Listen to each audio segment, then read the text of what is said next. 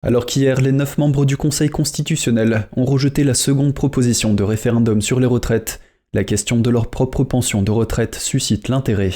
Malgré le manque de transparence et de coopération de la part du Conseil constitutionnel, Mediapart a pu identifier des situations avantageuses pour certains membres, notamment Alain Juppé et Laurent Fabius, ce dernier ayant touché sa retraite à l'âge de 50 ans et un jour, alors que ces membres du Conseil ont statué sur le report de l'âge légal de la retraite de 62 à 64 ans.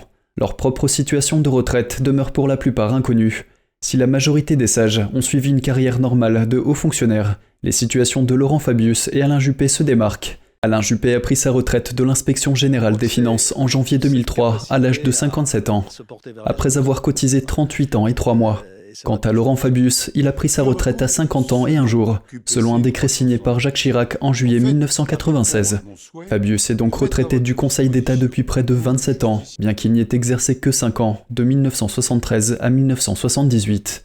Les deux hommes ont bénéficié d'importants avantages liés à leur statut de parlementaire. Jusqu'en 2003, l'article L75 du Code des pensions civiles et militaires de retraite permettait à tout fonctionnaire ou militaire ayant 15 ans de service en début de mandat de prendre sa retraite à l'âge de 50 ans.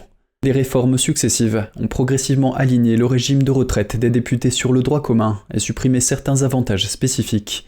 Cependant, comme le souligne Mediapart, le Sénat maintient une partie de ces avantages et demeure opaque. Deux autres membres du Conseil constitutionnel, Jacqueline Gouraud et Jacques Mézard, en bénéficient également.